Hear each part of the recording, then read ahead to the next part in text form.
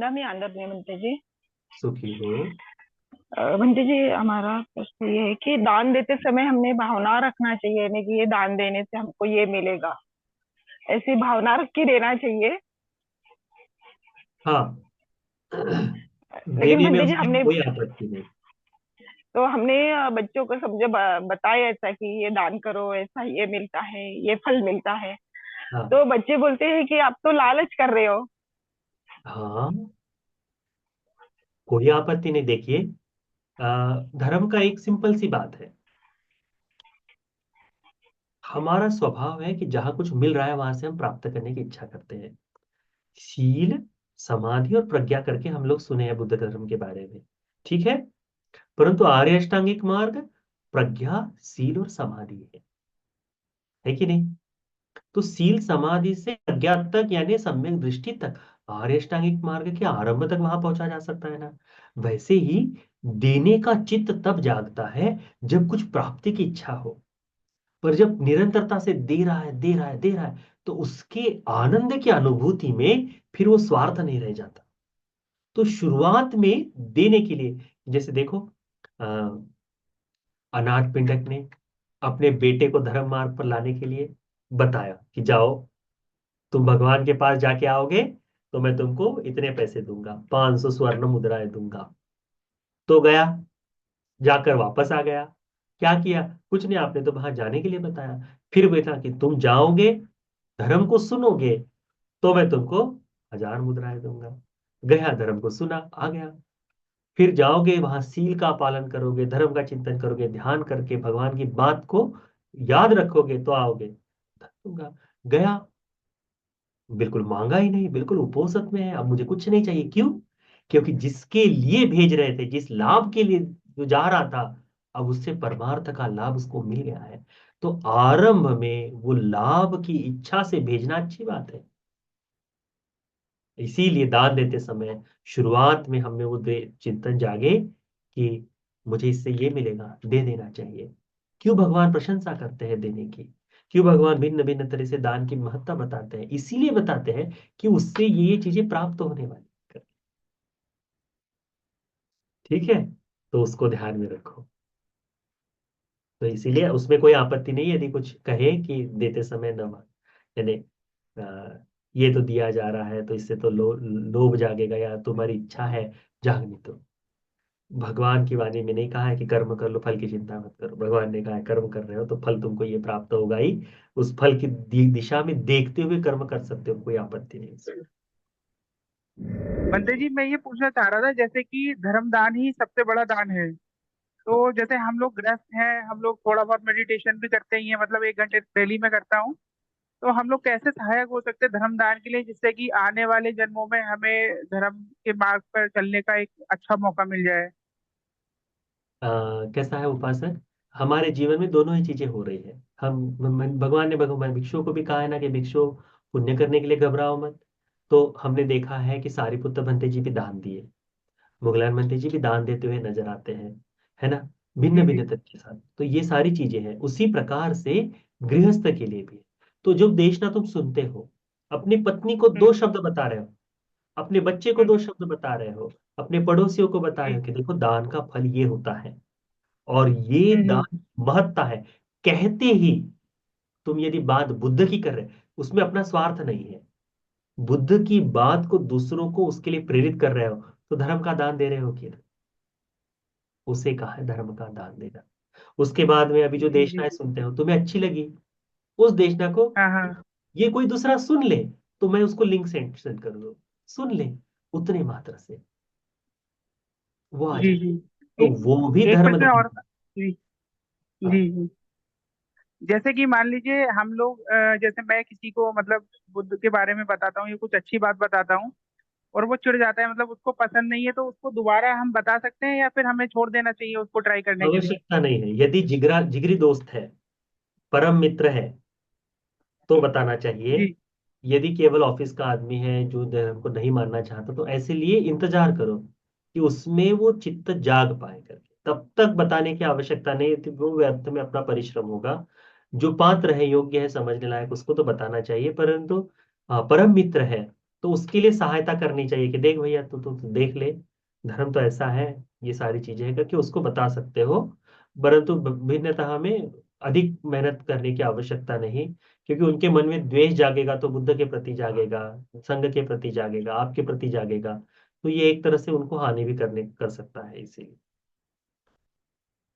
ठीक, अगला प्रश्न। नमो बुद्धाय वंदामि बनते जी। नमो बुद्धाय ऊपर से का। मेरा प्रश्न ये है कि सत्पुरुष मतलब उनके लक्षण क्या होते हैं, कैसे पता चले कि कोई सत्पुरुष है। एक सत्पुरुष नाम का सूत्र का उपदेश है धम्म पर। सत्पुरुषों की पहचान कैसे करें, तो सारिपुत्र भंते जी ने बड़ा सुंदर उपदेश दिया है सत्पुरुषों का। तो आप उसको थोड़ा सा देख लीजिए। सत्पुरुषों में कृतज्ञता गुण होता है, सील का भाव होता है, दान देने की इच्छा होती है, धर्म के आचरण की इच्छा होती है। ये सारे ही गुण सत्पुरुषों के हैं, है ना। तथागत के प्रति श्रद्धा रखने वाला, धर्म का आचरण करने वाला सत्पुरुषों का भाव है वह। राग द्वेष मोह से छूटने की इच्छा रखने वाला सत्पुरुष है। वही व्यक्ति दूसरों के लिए कल्याण मित्र का काम करता है, ऐसा है। सत्पुरुषों के बारे में दो तीन सूत्र के उपदेश है। हम इसी में आएगा सत्पुरुषों के बारे में भी, तब फिर से अच्छे से चर्चा करेंगे सत्पुरुषों पर। ठीक है। नमो बुद्धाय भंते जी। नमो बुद्धाय उपस्थित। हाँ भंते जी, मेरे पास तो इतना कुछ दान देने के लिए रहता नहीं है, लेकिन मैं करती हूँ दान। दान बस। करती हूँ मैं। तो भंते जी, मुझे मेरे मन में कल एक चेतना भरी थी कि मेरी बहू कभी भी मैं कुछ दान करती हूँ ना, तो वो मुझे टोकती है, क्या तुम किसी को भी चलते हो देने के लिए, कुछ समझता नहीं कुछ नहीं। तो ऐसा मुझे बोल रही थी, तो मैंने मेरे दिमाग में कल मैंने एक वीडियो सुन रही थी प्रवचन। तो उसके बाद में मेरे मन में आया कि नहीं, इसको कुछ बताना चाहिए मुझे।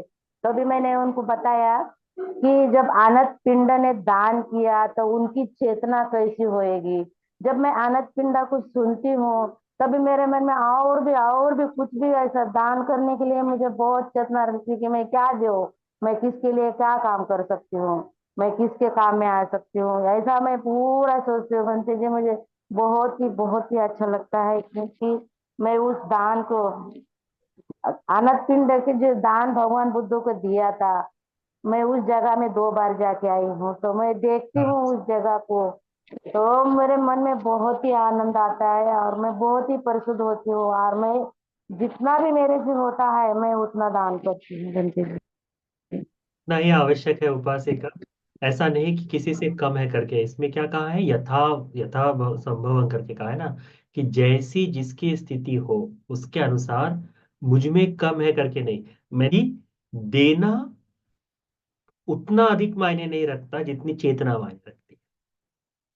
कितना धन दिया ये मायने नहीं रखता, मायने ये रखता है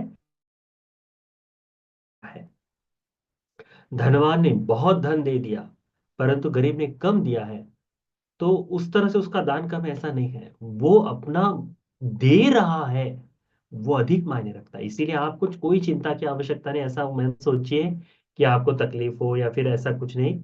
बस दिया है उसका आनंद मनाए, छोटा सा भी दिया हो तो उसका आनंद। ठीक है, देना ही अधिक श्रेष्ठ है। ठीक, अंतिम प्रश्न। वंदना आदरणीय भंते जी। सुखी हो। भंते जी, जब हम हमारे कोई रिश्तेदार मृत्यु को जाते हैं और हम उनके लिए अनुमोदन करते हैं, पर ऐसा कहा गया है कि जब तक वो लोग साधुवाद नहीं करेंगे, उन्होंने एक्सेप्ट नहीं करेंगे, तो अपने को मतलब वो जाता नहीं है। तो क्या हमें पता चल सकता है कि उन्होंने साधुवाद किए या नहीं किए? आवश्यकता नहीं है उसकी उपासना। अच्छा। हम लोग जान जब देते हैं तो हम क्या कहते हैं, इस जीवन में हो या अनंत संसार में जितने ज्ञातिगण हमसे दूर हो गए उन सबको ये पुण्य देते हैं। आप देखिए ना, काश्यप बुद्ध के समय जो ज्ञातिगण मर गए थे, उसके पुण्य का अनुमोदन करने का भाग केवल बिंबिसार को राजा को था। बिंबिसार को था या प्रसेनजीत को था? प्रसेनजीत राजा को था शायद से। वो वध करने के लिए, हत्या करने के लिए जाते हैं सबकी तरह से, तो उस तरह से था ना। तो भगवान जाते हैं और रोकते हैं कि मत करो, ये मत बलि देनी है। वो है कि पुण्य का देना है।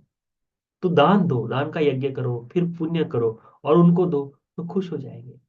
तो कितने जन्मों पहले, इस जन्म के नहीं, अनेक जन्मों पहले के रिश्तेदार है, अनेक जन्मों पहले के ज्ञातिगण है। तो वो उतना यदि है तो हमको समझना चाहिए। इसीलिए आज ही दे ऐसा आवश्यक नहीं। अनेक जन्मों के ज्ञातिगण भूखे प्यासे बैठे हुए हैं जो मांगते ही है, इसलिए उनको दे देना चाहिए। जो जो अनुमोदन करे उनके सुख के लिए होगा।